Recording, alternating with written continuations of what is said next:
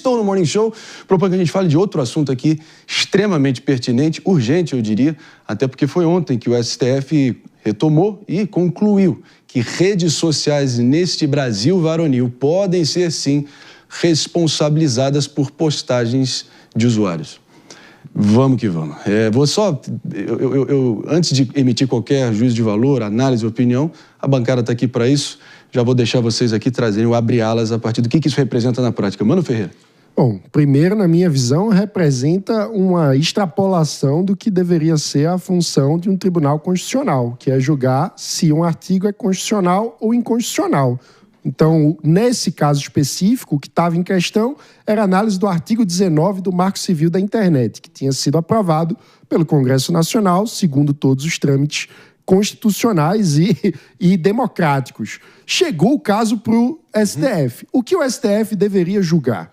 É ou não constitucional o entendimento, né, a previsão do artigo 19. Claro. Se não é inconstitucional, acabou. É isso que deveria ser julgado. Mas não foi isso que o Supremo Tribunal entendeu, né? Ele disse que não apenas não era constitucional o artigo que estava lá, mas definiu como deveria ser. Então é como se tivesse criado uma espécie de legislação provisória até que o Congresso Nacional atue novamente sobre a matéria. Na minha visão, é uma confusão generalizada sobre o papel dos poderes que a gente tem visto se normalizar no Brasil e virar paisagem cotidiana, mas não podemos nos acostumar com isso. Quem deve legislar sobre os negócios na internet, sobre o ambiente digital ou sobre qualquer ambiente, a legislação cabe ao Congresso Nacional e não ao Supremo.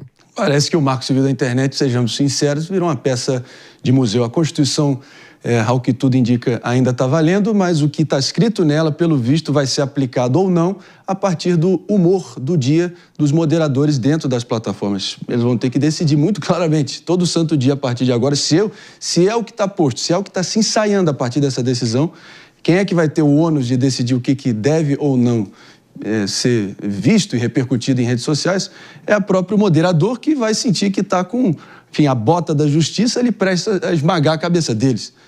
É uma análise correta aqui ou tem algum exagero nessa analogia, doutora Priscila?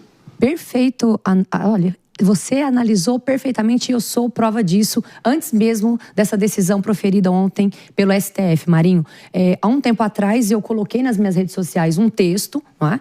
E que copiei de uma outra grande conta.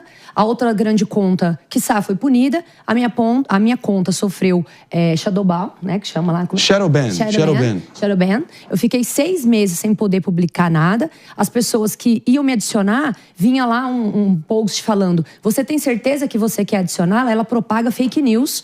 Então, veja, eu não vivo da internet ali, eu não uso as minhas redes sociais como um mecanismo, né, de renda, mas eu senti na pele ser chamada ali de fake news. E por que eu trago isso para nossa audiência? Foi o moderador que ali entendeu que eu tinha propagado uma fake news, eu não tive para quem me defender, então eu acho que vamos ter uma outra problematização. Pessoas indevidamente ali, né, que serão, como fui, cortadas da rede social, sim, tendo que acionar a justiça por essa mera e deliberalidade dada para as redes sociais. E eu não estou dizendo que as pessoas possam cometer crimes. Eu acho que isso, né, há de se ter um controle. Crimes contra a honra, pornografia infantil. Eu acho que isso a Constituição já diz que a gente não pode fazer mesmo e há esse controle, né, nessa garantia constitucional. Agora, deixou muito à mercê das plataformas que elas dirijam o que vai ser visto, o que vai ser falado, sendo um pitacozinho, um pedacinho de censura, na minha opinião.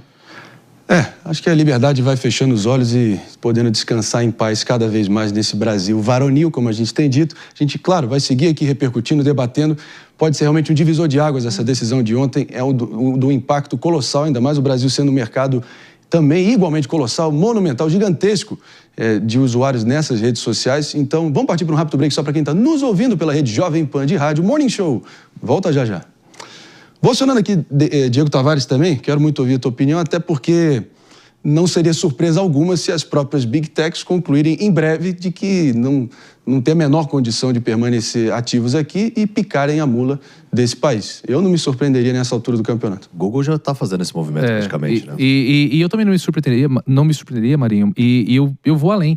Eu acho que elas não deixarão o mercado por hora em razão dessa decisão, mas eu acho que as Big Techs, diante da incerteza de uma responsabilização ou não, vão passar a censurar previamente conteúdo. Exato. E aí quem mais prejudica com isso é a pessoa que investe para produzir conteúdo. A Pri disse aqui que sofreu as consequências, muito embora não viva da internet, mas tem muita gente que vive da internet e vai ter ali o seu direito de liberdade de expressão, enfim, de manifestação, restringido em razão dessa decisão. Agora, o que mais me chama a atenção, Marinho, é a dinâmica com que as coisas ocorrem no Brasil. Porque essa discussão, ela seria dispensável se nós tivéssemos a aplicação mais célere de instrumentos que nós já temos na lei. Você já tem na lei crime contra a honra, você já tem na lei as medidas cautelares que podem fazer com que um conteúdo por ordem judicial seja derrubado. O problema é, a nossa justiça é lenta. E eu digo sempre, por que a justiça é lenta? Porque nós temos um Estado que é o maior litigante. O Estado abarrota a justiça brasileira de processos. É litigante cerca de mais de 50% dos processos em trâmites. Então, o Estado cria um problema de judicialização, cria esse judiciário abarrotado que nós temos e a sociedade acaba pagando o pato. As redes sociais, as grandes Big Techs, acabam recebendo de forma terceirizada essa responsabilidade que é criada por um problema que o próprio Estado causa. Então, essa dinâmica é uma dinâmica muito perversa. Se nós tivéssemos uma justiça célere que conseguisse derrubar com uma liminar em horas um conteúdo que pudesse causar algum prejuízo, nós não estaríamos enfrentando esse debate e tantas zonas nebulosas como a possibilidade de censura prévia pelas Big Techs, essa possibilidade de que as Big Techs deixem a atuação aqui no país. Enfim, é algo bem nebuloso. E acho que vai piorar o problema, né? Porque na prática, com a insegurança jurídica que se estabelece, é possível que tenhamos um aumento do número de ações para avaliar a decisão que a plataforma tomou. Ou seja, o ponto é, o artigo 19 estabelecia que a plataforma só começava a ser legalmente responsável por um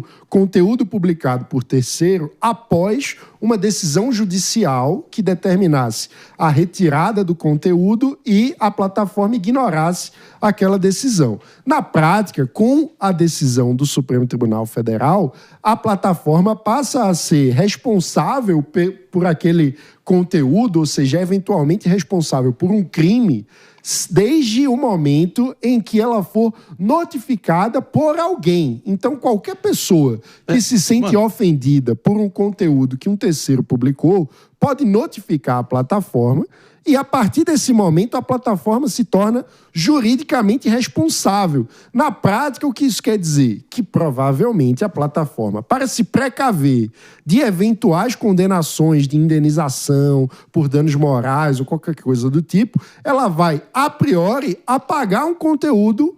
Pessoal, sem dúvida. Que ela recebeu a notificação. E aí, o que é que vai acontecer? Claro. O autor vai entrar na justiça para que o conteúdo volte. Exato. Então você tem uma insegurança jurídica profunda que não resolve o problema e, pior de tudo... Não é só sobre esse assunto, né, Marinho? Se a gente observar, o governo já disse que vai buscar a judicialização, vai recorrer ao Supremo Tribunal Federal quanto à questão do IOF. Acabou de sair aqui, a nossa produção mandou pra gente. Ó. Brasília só funciona judicializando. Não tem jeito. Parece que chegamos a esse ponto.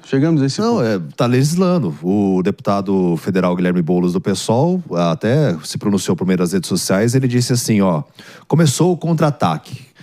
Frente Povo Sem Medo decidiu convocar mobilização de rua contra o boicote da direita no Congresso do Lula e ao povo, e a data do local serão definidos ainda.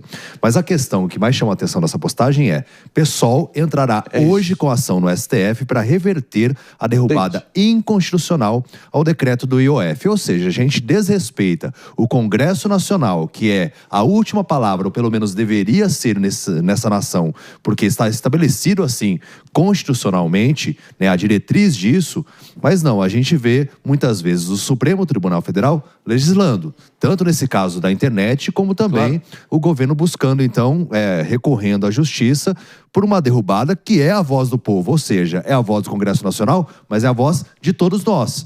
nós não queremos mais impostos, pelo menos foi essa a interpretação do Congresso Nacional. Então, esse é o dilema. Não teve uma decisão favorável para mim, então vou buscar o STF. E muitas vezes, infelizmente, o STF acaba legislando. David de Tarso com a palavra aqui, contundente. A gente está de volta também para todos os ouvidos atentos, sintonizados aqui na rede Jovem Pan de Rádio, no corre do dia a dia, no carro, no trabalho, aqui no Morning Show.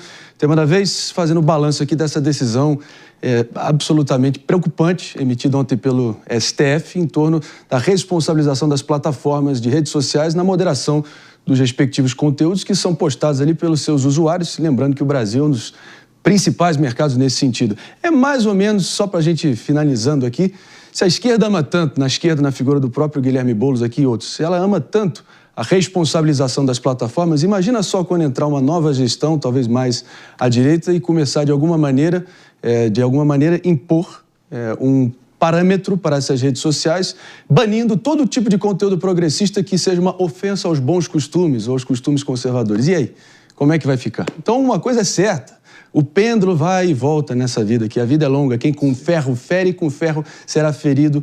Jamais duvide, porque o amanhã sempre chega. Então, eu acho que é isso, é mais ou menos o que a gente está vendo aqui, finalizando, é quase como se um síndico de um prédio tivesse sido dado o poder de expulsar um morador sem aviso prévio, só porque o próprio síndico julgou que estava barulhento demais. É isso. Chegamos a esse ponto aqui nesse Brasilzão, pessoal. E, claro, toda a repercussão na grade de programação da nossa Jovem Pan, que com certeza seguirá repercutindo essa decisão paradigmática, super importante, que acabou de acontecer. 10 horas e 32 minutos pontualmente. Eu quero seguir adiante aqui, pessoal, falando